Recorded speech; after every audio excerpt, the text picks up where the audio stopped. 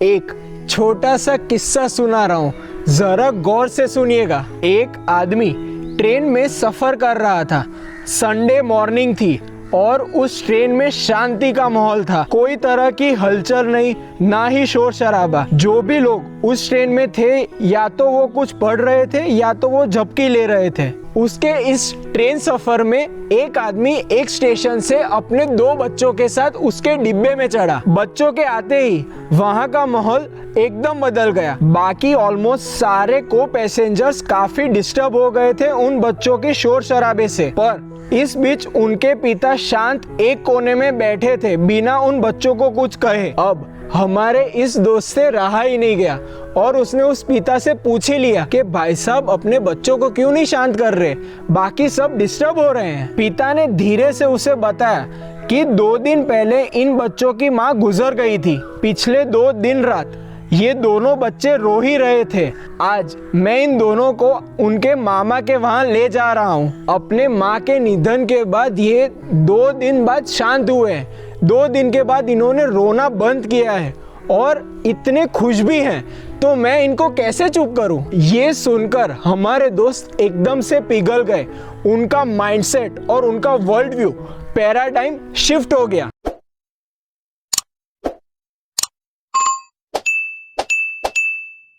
हे कैसे हैं आप सब? Doctor Smith here. दोस्तों ये कहानी स्टीफन कॉवी का एक लाइफ एक्सपीरियंस है। इस पूरे दुनिया की सबसे चहीती book 7 habits of highly effective people के ऑथर हैं स्टीफन कॉवी। आज हम इस बेहतरीन बुक के बारे में विस्तार में जानेंगे। ये बुक हर एक इंसान को पढ़नी चाहिए। ये जीवन बदल देने वाली बुक है। तो ये है द 7 हैबिट्स जिन्हें हम आज बहुत ही बारीकी से समझने वाले हैं। इन 7 हैबिट्स को अपनाकर आप बहुत ही प्रभावशाली इंसान बन जाएंगे। इस वीडियो को पूरा देखिएगा क्योंकि एंड में मैं आपको इस बुक की मैजिकल विजडम कोटेशंस को शेयर करूंगा in a musical manner. The first habit, be proactive, take control of your own fate. हम ह्यूमंस और जानवरों के बीच क्या फर्क है? हर एक एनिमल अपने एक्सटर्नल स्टिमुलाई का स्लेव होता है, गुलाम होता है। उसका अपना प्री प्रोग्राम डिफॉल्ट नेचर होता है जिससे वो रिएक्ट करता है। And here is the key difference, हम ह्यूमंस उस स्टिमुलाई पर रिफ्लेक्ट कर सकते हैं before responding in a specific desirable manner. मतलब महज रिएक्ट करने के बजाय हमारे पास एक एबिलिटी है टू प्रोएक्टिवली इन्फ्लुएंस इट। पर इसके पश्चात हम में से कई रिएक्टिव होते हैं। अब ये एक तरह का सेल्फ फुलफिलिंग प्रोफेसी जैसा हो जाता है।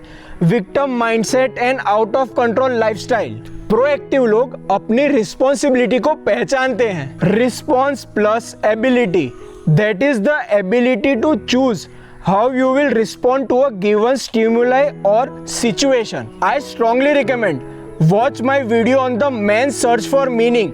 It is a life changer. Link is in the description. हमारी जिंदगी में 2 तरह के hypothetical concentric circles होते हैं। Circle of concern जो रिप्रेजेंट करता है हर वो चीज जिसके लिए हमें कदर है या तो चिंता है। ये बड़ा सा आउटर सर्कल होता है। इसके अंदर एक और सर्कल है, द सर्कल ऑफ इन्फ्लुएंस, जो रिप्रेजेंट करता है वो चीजें जो हमारे इन्फ्लुएंस में हैं, जिसके लिए हम एक्चुअल में कुछ कर सकते हैं। रिएक्टिव लोग सर्कल ऑफ कंसर्न पर ज्यादा फोकस करते हैं, ऐसी चीजें जिन पर उनका कोई कंट्रोल नहीं होता। इसी कारण उनका सर्कल ऑफ इन्फ्लुएंस श्रिंक होता जाता है, छोटे से छोटा हो जाता है। इसके ठीक ऑपोजिट प्रोएक्टिव लोग सर्कल ऑफ इन्फ्लुएंस पर ज्यादा फोकस करते हैं, choosing to work on things that are within their control. इससे उनका सर्कल ऑफ इन्फ्लुएंस एक्सपांड होता रहता है। The second habit, begin with the end in the mind. हमारी जिंदगी का कोई भी काम हम 2 बार करते हैं। पहली बार अपने माइंड में visualising and imagining it, and secondly in the physical world actually doing it, and the first time sets the tone for the second one. इसीलिए दोस्तों बहुत ही महत्वपूर्ण है एक डिजायर्ड एंड गोल को अपने दिमाग में पक्का कर ले before we actually start doing that task. उस एक्शन का हमारा मेंटल पिक्चर जितना प्रिसाइज, रियलिस्टिक और एग्जैक्ट होगा, उतना ही अच्छा हमारा एग्जीक्यूशन होगा एंड अल्टीमेटली हमारे रिजल्ट्स। ये बेसिकली हर तरह की पॉसिबल सिनेरियोज में वर्क करता है, especially in professional athletes and competitive sports. ये लोग इसका भरपूर इस्तेमाल करते हैं। ये एक मेंटल एक्सरसाइज है, आप जरूर इसे करिएगा। आप अपना फ्यूनरल, अंतिम संस्कार को अपने दिमाग में बारीकी से विजुअलाइज करें। कौन कौन उसमें आया है, आपके बारे में क्या क्या कहा जा रहा है, कैसे इंसान थे आप, आपकी रिलेशनशिप्स कैसी थी, कौन कौन असल में रो रहा है आपके लिए। आप अपने आप को पूछे, how you want to be remembered, लोग आपको कैसे याद करें। इस मेंटल एक्सरसाइज से आपके लाइफ गोल्स और लाइफ प्रायोरिटीज रीडिफाइन हो जाएंगी। अब आप अपना एक पर्सनल मिशन स्टेटमेंट बना ले based on your core basic values and principles. ये आपका लाइफ कंपास है, आपको इसे डॉक्यूमेंट करना चाहिए, एक पत्थर की लकीर समझकर जीना चाहिए। The third habit, put first things first. हमने हमारा मिशन स्टेटमेंट तो बना लिया, अब बारी है एक्शन की। Start living with it, day in and day out. इसके लिए प्रायोरिटाइजेशन करना बहुत ही जरूरी है, ताकि जो इंसान या जो व्यक्ति हमारे लिए बेहद इंपॉर्टेंट है, they are taken care of it first, बाकी सब बाद में। यहाँ एक बेहतरीन टूल मैं आपसे शेयर करना चाहूँगा, द आइसेनहोवर मैट्रिक्स, जिसकी मदद से हम हमारे सारे काम अर्जेंसी और इम्पोर्टेंस को मद्देनजर कर कैरेक्टराइज कर सकते हैं। ये बेसिकली 2x2 मैट्रिक्स है which has 4 quadrants. The first quadrant, important and urgent, इसमें बेसिकली सारे इमरजेंसी और क्राइसिस वाले टास्क हैं जिसे आपको सबसे पहले करना ही पड़ेगा प्रायोरिटी देकर। Second quadrant, important but not urgent, for example building long lasting lifelong relationships, planning for your future, all kinds of your investments, etc. Third quadrant, urgent but not important. For example, आप कुछ important कर रहे हो और आपका phone बजता है. And finally the fourth quadrant, neither important nor urgent. It's pure waste of time. जैसे कि टाइम पास के लिए मूवीज, टीवी देखना. अब इन चारों में से सबसे इंपॉर्टेंट है number 2 quadrant, important but not urgent. इसका हमारी जिंदगी में बहुत ही बड़ा योगदान होता है एंड एनॉर्मस इम्पैक्ट। इस क्वाड्रेंट के सारे काम को आपको सबसे ज्यादा प्रायोरिटी देनी चाहिए। You need to basically think and build for long term, चाहे वो फ्रेंडशिप हो, रिलेशनशिप्स, पर्सनल और professional, business, always think and build for long term. The fourth habit, think win-win. Basically 6 तरह के human interactions होते हैं. First, win-win, दोनों व्यक्ति की जीत होती है, दोनों पार्टीज म्यूचुअली बेनिफिशियल और सेटिस्फाइड होते हैं. Second, win-lose, if I win you lose. दोस्तों ये हमारे अंदर हमारी स्कूल सिस्टम ने कंडीशन कर दिया है, एक को जीतने के लिए दूसरे को हारना ही पड़ेगा. Third, loose win, if I lose you win. ये बेसिकली विन लूज जैसा ही हो गया. लूज विन को बेसिकली एक का सेक्रीफाइस माना जाता है, पर असल में it is a compromise. Fourth, lose lose, अगर मैं हारूंगा तो तू भी हारेगा. This is worst of all. Fifth, only I will win, मैं ही जीतूंगा, बाकी अपना अपना खुद देख लें, मुझे बाकियों के लिए कोई फर्क नहीं पड़ता. And finally sixth, win win और नो डील. अगर हम दोनों नहीं जीतेंगे, हम दोनों बेनिफिशियल नहीं होंगे, then there is no deal.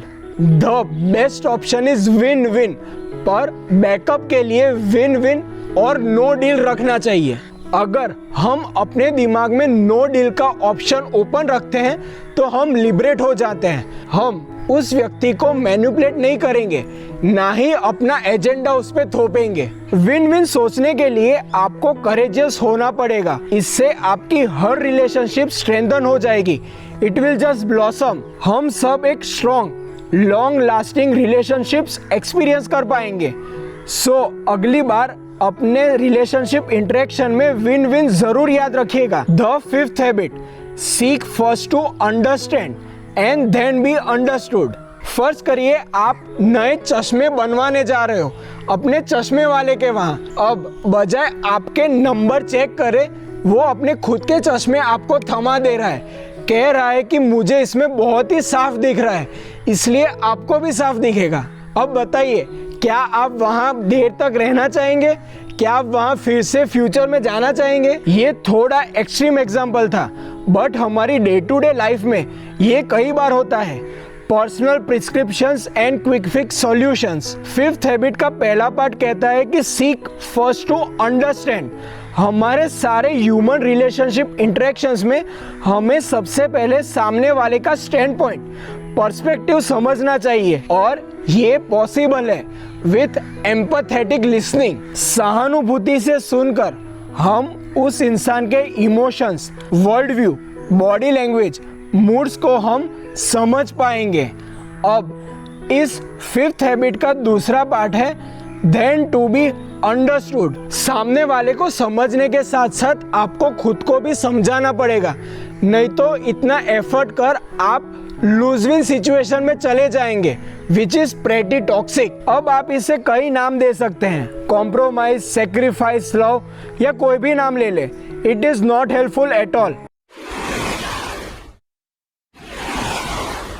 The sixth habit, synergize by treating others with openness and respect.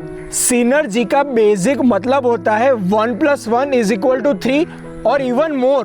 The whole is greater than the sum of its individual parts. हम सभी में यूनिक ट्रेट्स हैं, personality, behaviours, patterns, habits etcetera. हम सभी की अपनी अपनी strength और वीकनेसेस हैं। सामने वाले की इंडिविजुअलिटी और उसकी यूनिकनेस को भी एक्नॉलेज और रिस्पेक्ट करना पड़ेगा। अगर ऐसा आप करेंगे तो हम सब मिलकर कुछ लाजवाब बना पाएंगे। इसकी शुरुआत फोर्थ और फिफ्थ हैबिट से होती है, thinking win win and seeking first to understand and to be understood, जो हमने पहले कवर ही कर लिया है। And finally the seventh habit, sharpening the saw. अब मान ले आपको कुछ लकड़ियां काटनी है, आपके पास दो ऑप्शन है। सबसे पहला ऑप्शन, बिना उसकी धार किए आप काटते ही चले जाते हो, या तो फिर सेकंड ऑप्शन, आप बीच बीच में उसकी धार करते हो, आप कटिंग एज को शार्पन अप करते हो। इन दोनों में से कौन सा तरीका बेहतर है? Obviously the second one. दोस्तों, ठीक ऐसे हमें हमारे लाइफ के सारे डायमेंशंस को इफेक्टिव रखना चाहिए। We should sharpen our saws, like for the physical dimension, regular exercise, eating healthy, avoiding stress, having enough rest and sleep etcetera. Now for the mental dimension, नए स्किल्स सीखना, नई books पढ़ना etcetera. Social और emotional dimension के लिए healthy और strong relationship बनाना, अपने इनर सर्कल को स्ट्रेंथन अप करना डीप फ्रेंडशिप्स के साथ एक्सेट्रा। स्पिरिचुअल डायमेंशन के लिए meditation, yoga, prayer etcetera. So I hope आपको ये वीडियो काफी वैल्यूएबल लगा। इस वीडियो में काफी मैजिकल फैंटास्टिक कोटेशंस हैं। मैंने इन मैजिकल कोटेशंस का बंडल किया है और एक म्यूजिकल प्रेजेंटेशन में मैं आपसे शेयर करूंगा। Here is your gift, enjoy.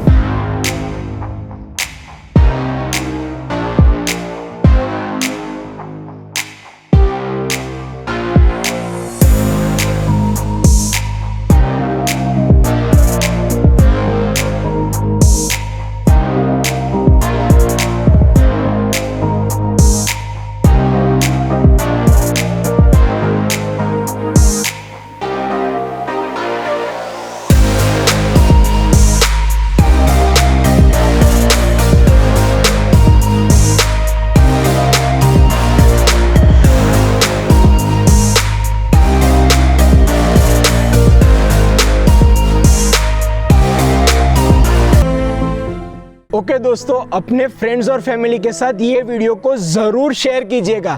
Like and subscribe to this channel for such perennial content.